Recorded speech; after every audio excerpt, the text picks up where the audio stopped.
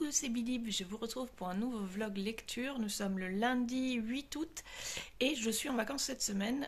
Mais comme j'annonçais dans le vlog précédent, il va y avoir du monde à la maison, donc je ne sais pas si je vais avoir beaucoup de temps pour lire. Pour l'instant, on est le matin, je suis toute seule, tranquille, et donc j'ai prévu de lire Yaya. J'ai 8 tomes à lire.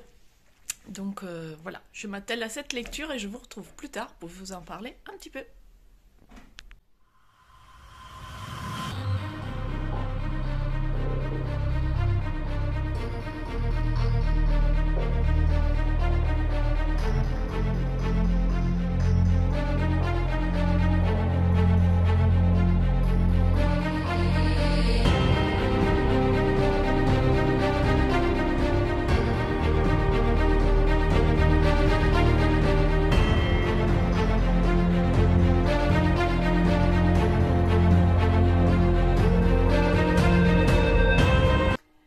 Nous sommes mardi matin et je viens vous faire un petit update sur la balade de Yaya. Donc j'ai lu hier les 8 tomes qui me manquaient. Donc j'avais lu déjà le premier tome il n'y a pas très longtemps.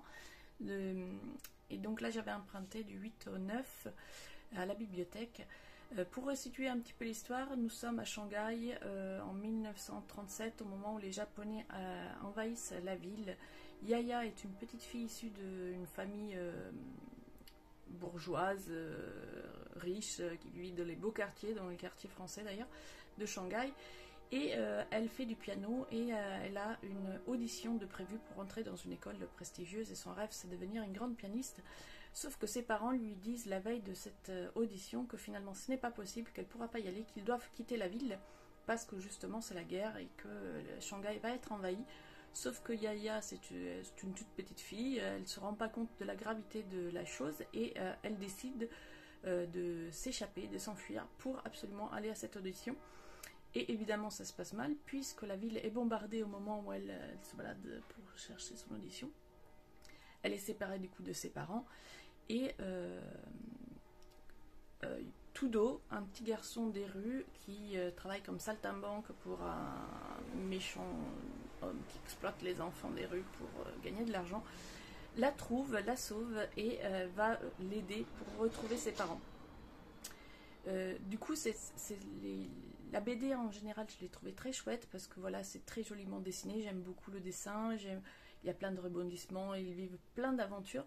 Mais je dois avouer que le personnage de Yaya m'a quand même agacée parce que c'est vrai, c'est une petite fille, elle est issue de la bourgeoisie, elle est plutôt préservée, elle ne sait pas trop la dure réalité de la vie, mais quand même, elle devrait apprendre. Enfin, une fois que tu te fais bombarder une fois, deux fois, tu as compris que tu fais pas n'importe quoi, n'importe comment, juste parce que tu as envie.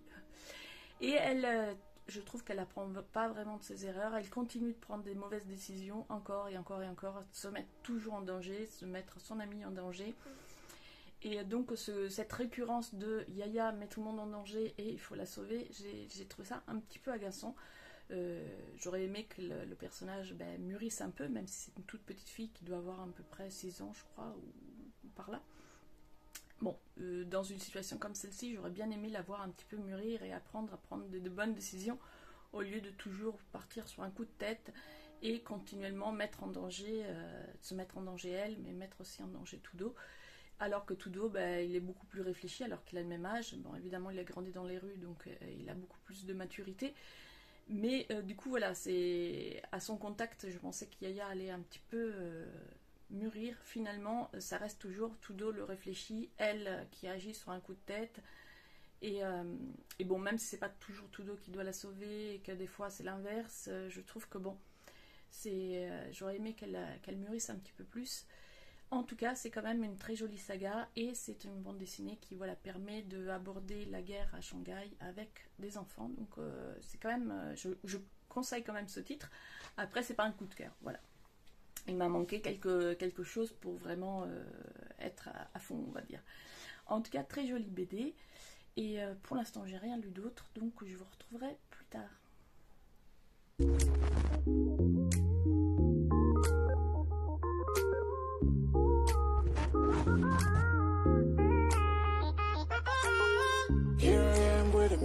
Started fizzing at a photo they've taken. Space tree flying through the skies and battles happen everywhere.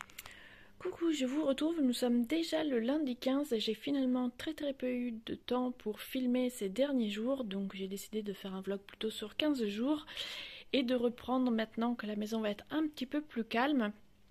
Et je voulais vous montrer mes achats de la semaine dernière et mon nouveau projet au crochet. Donc je vais commencer par les achats. Donc je me suis acheté un roman, oui, il est en dessous. Voilà. Donc je me suis acheté le bureau des affaires occultes qui me faisait envie depuis longtemps. Je suis tombée sur la version en poche. Je me suis dit pourquoi pas, il me fait envie, il correspond à mes envies de lecture en ce moment. Donc je pense que je vais le lire assez vite. Je voudrais en tout cas le lire pour cet automne. Donc voilà, je me suis acheté la version poche. Du bureau des affaires occultes. J'en ai eu plusieurs retours positifs, donc j'espère qu'il me plaira.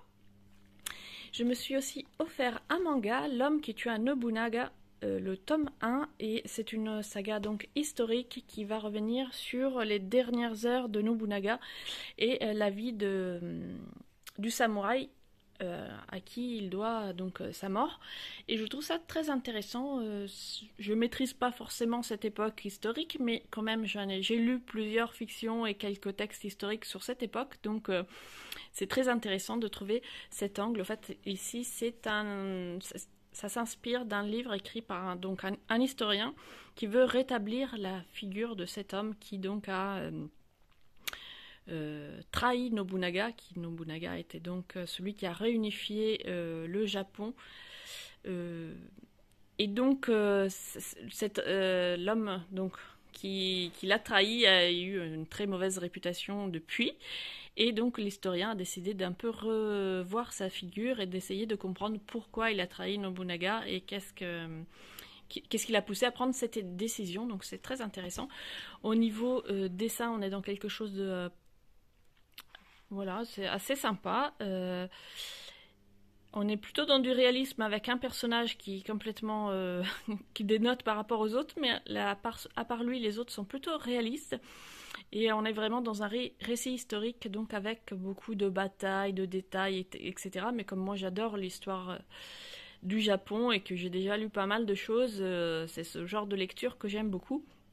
Après, c'est vraiment très historique, donc je conseille ce manga à ceux qui déjà s'intéressent au sujet de l'histoire et du pays, parce que il y a pas tellement, enfin il y a évidemment beaucoup d'aventures, mais on est vraiment avec des personnages historiques et les décisions qu'ils vont prendre, est-ce qu'on envahit telle région ou pas. On n'est pas dans un truc très romancé, on n'est pas dans un truc très romantique, on est vraiment sur de l'histoire, de la bataille, des samouraïs, des décisions politiques. C'est vraiment un manga historique, mais moi j'aime beaucoup. Et je me suis aussi offert Les Dames de Kimoto, que je trouvais très beau, que j'ai vu passer plusieurs fois aussi sur les blogs et avec des beaux retours, donc il me faisait envie depuis un moment et donc j'ai craqué. Celui-ci je ne l'ai pas encore lu, donc j'ai déjà lu le manga, mais je n'ai pas encore lu la bande dessinée, donc j'espère la lire cette semaine. En tout cas, le dessin me faisait très envie, donc comme on est là aussi dans une ambiance Japon et que j'adore, ça devrait me plaire. Et j'ai commencé un nouveau projet. C'est la première fois que je participe en fait à un call, mystery call, c'est-à-dire que chaque semaine on va recevoir donc des indices pour faire une partie du travail et je n'ai aucune idée de l'aspect final du travail. Donc c'est le Hobby Happy Square. Moi, j'avais pas envie d'acheter le kit qu'ils proposaient avec les laines de leur choix parce que j'ai beaucoup de stocks et j'avais plutôt envie d'utiliser ce projet pour finir mes vieux stocks. Donc j'ai récupéré quelques pelotes de coton que j'avais achetées ou que j'avais récupérées pour des projets qui n'ont jamais finalement eu lieu. Donc je me suis dit ça pouvait être sympa. Donc là, on a reçu cette semaine, ça commence aujourd'hui, les premiers indices. Donc on va faire du granit. Et donc là, c'est mon premier carré, donc je dois en faire 4 comme ça, et puis 4 d'une autre forme. Et après, on verra la semaine prochaine. J'essaierai de vous montrer au fur et à mesure de mon avancée.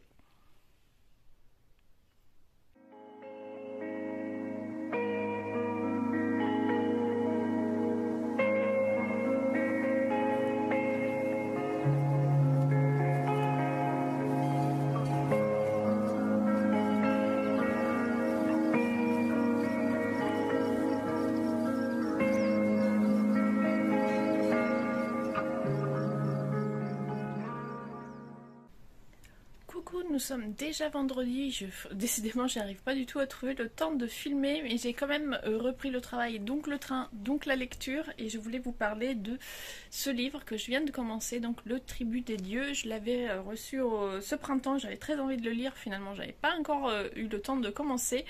Donc là, vous voyez, je suis vraiment au tout début, ça se met en place, mais en tout cas c'est plutôt sympa, avec de la magie et différents panthéons. Donc chaque magie étant liée à un panthéon. Pour l'instant j'en suis tout au début, je découvre à peine, mais l'univers en tout cas me plaît bien. Et le personnage principal a traversé une tragédie, a perdu toute sa famille, donc là elle vient de revenir à l'école, mais elle est très marquée par la tragédie qu'elle a vécue, donc on va sans doute suivre son cheminement vers, je l'espère, de l'apaisement, mais c'est pas sûr. Là, c'est pas vraiment le chemin qu'elle prend pour l'instant. En tout cas, le début est vraiment sympa, donc j'ai hâte de continuer ma lecture. Je vous en reparlerai un petit peu plus tard.